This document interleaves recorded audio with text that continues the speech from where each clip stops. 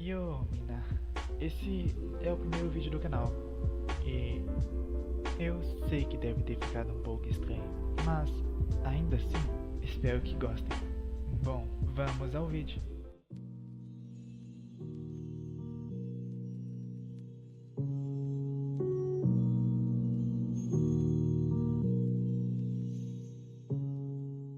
O que torna uma animação ruim?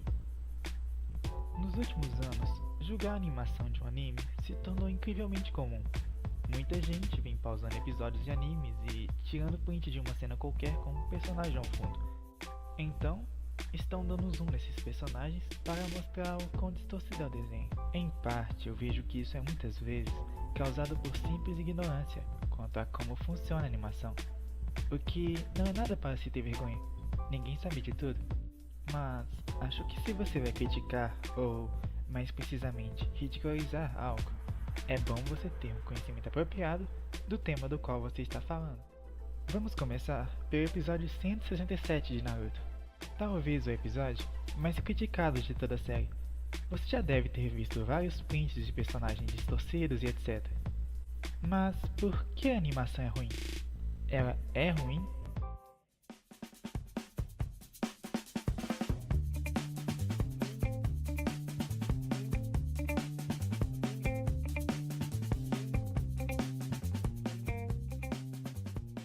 O que é importante ter em mente ao se falar de animação é que toda forma de movimento que você vê em um anime é, antes de mais nada, uma ilusão, ou seja, imagens levemente diferentes umas das outras que, passadas em sequências, dão a ilusão de movimento. Um dos padrões mais comuns para animações é o de 24 fps, frames por segundo. Isso significa que a cada segundo de animação terá 24 imagens. Porém, ainda é importante apontar que uma mesma obra pode variar na animação de acordo com a cena. Por exemplo, imaginemos um episódio de anime qualquer e digamos que ele seja feito tendo em mente aquele padrão de 24 frames por segundo. Como sabemos, isso não necessariamente significa que a cada segundo terá uma imagem diferente. Existem várias formas de você manter a ilusão de animação. Um exemplo disso são as cenas estáticas, e como a palavra diz, é quando mantém uma imagem estática na tela por um certo tempo. E não, isso nem sempre vai significar que a obra teve um baixo orçamento. Isso pode inclusive ser uma decisão artística, fazer uma dada cena durar mais na tela, forçando o espectador a lidar com o que está vendo. Normalmente, com o intuito de fazê-lo refletir sobre o que acontece ou o que acabou de acontecer. Existe outra coisa que as pessoas devem ter em mente no que diz respeito à animação. Ninguém sonha que cada imagem seria desenhada pela mesma pessoa. Uma única cena pode ter vários animadores trabalhando nela. E, normalmente, é criado da seguinte forma. Você contrata um animador experiente para fazer duas imagens, a do começo e a do final do movimento. Já, tudo o que vai no meio disso, você entrega para animadores iniciantes fazerem. Então, digamos que você queira que o personagem levante o braço. O animador experiente vai fazer uma imagem do personagem com o braço abaixado e outra dele com o braço levantado, enquanto que todas as imagens que vão no meio dessas duas, chamadas de in-between, ficam a cargo dos menos experientes. E não há nada de errado nisso. É uma forma de entregar novos talentos a uma indústria que, bem, francamente, provavelmente, não pode se dar ao luxo de ser extremamente exigente. Afinal, quando você tem 6 ou 5 animes para produzir, além de sabe quantos mais para iniciar a produção, você não pode querer contratar apenas animadores com mais de 30 anos de experiência na indústria. Mas, voltando ao ponto, é por isso que é tão complicado você simplesmente pausar um anime em um frame qualquer. Sempre corre-se o risco de pegar um desses in-between que provavelmente você sequer notaria se estivesse assistindo normalmente, como a obra é pensada para ser. Em outras palavras, tentar julgar a animação de algo com base em imagens soltas pode ser bastante enganoso. Agora, por mais interessante que seja tudo isso, e se você chegou até aqui, eu vou assumir que você achou pelo menos um pouco interessante. Vamos deixar os detalhes técnicos de lado e ir direto ao ponto, que é a animação em si. Talvez muitos de vocês não conheçam a expressão Sakuga. Bom, resumindo, Sakuga é um momento na animação onde claramente mais esforço foi colocado. Um exemplo disso são as aberturas de anime, como estão aparecendo aí na tela. Afinal, o que é uma boa animação? Cenas fluidas? Cenas realistas?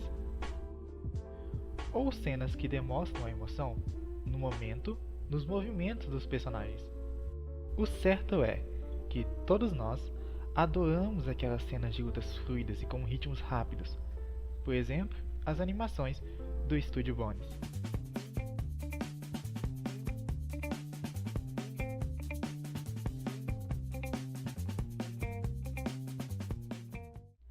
O animador encarregado dos quadros-chave é o Yutaka Nakamura, um gênio em animações de ação do Estúdio Bones e provavelmente o animador mais popular. Mas por que não abranger a nossa visão e elogiar e apreciar mais tipos de animações, mais humanas e expressivas, como por exemplo, este momento da batalha final de Naruto vs Sasuke, onde com apenas uma simples expressão podemos sentir e perceber todo o sentimento que vai na alma do personagem. Já nesse clipe, o animador encarregado dos quadros-chave é o animador Toshiyuki Tsuru, conhecido no estúdio Pierrot pelo seu magnífico trabalho em animar as expressões dos personagens. Sejam cenas impactantes,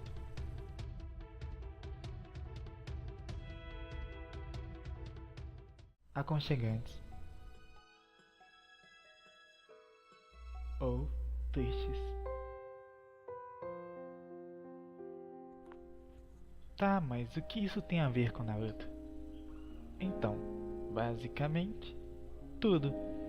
No caso específico de Naruto, o episódio como o 143, em que teve uma luta envolvendo Sasuke, foi notório em sacrificar a consistência do traço em prol de uma animação mais fluida. Mas o episódio 167 vai além. A luta mais poderosa animada até aqui é naturalmente exagerada, mas ganhou uma camada a mais no anime. E em um episódio de tamanho exagero, a animação é intensa. Com cenas absurdamente fluidas, a intenção é ter o nível de um filme, mas sem contar com o orçamento de um. Assim, ocorre uma simplificação do traço nos momentos de Sakuga, um preço justo a se pagar para o que é provavelmente o episódio de animação para a TV com o maior número de desenhos feitos em um bom tempo, cumprindo muito bem o seu papel. Boa parte das animações do episódio 167 levam um estilo de animação feito por Shingo Yamashita, que tem como característica a deformação dos personagens para causar certos impactos na animação, sejam esses socos,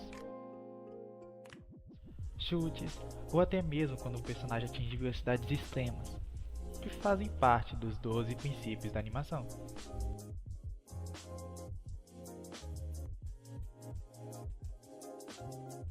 Até mesmo o nosso querido Boku no Hero já usou isso diversas vezes, como essa cena aqui, por exemplo. Não te lembra nada? Efeito de deformação para causar impacto na animação? Um dos princípios da animação é o comprimir e esticar. Uma bola quicando, um soco e até mesmo um bocejo trabalham com esse conceito. A ideia desse princípio é que o objeto ou personagem precisam manter a massa geral quando mudarem de forma. Por isso, se você comprime de um lado, o outro estica. Existe também o sobreposição e continuidade da ação. O princípio de sobreposição e continuidade da ação trabalha com a ideia de que nenhuma ação para imediatamente de forma completa. Para deixar os movimentos mais naturais, os animadores exageram um pouco as leis da física e fazem com que diferentes partes do corpo ou do objeto se movam em velocidades específicas, o que pode ser facilmente visto quando o personagem enfrenta uma parada brusca. E, por último e mais importante, o exagero. O exagero é o que ajuda a mostrar um pouco mais da história ao público, para que isso seja transmitido de forma simples. Esse conceito faz com que expressões faciais e movimentos simples na vida real sejam extrapolados. Assim, os espectadores conseguem rapidamente entender o que se passa na tela.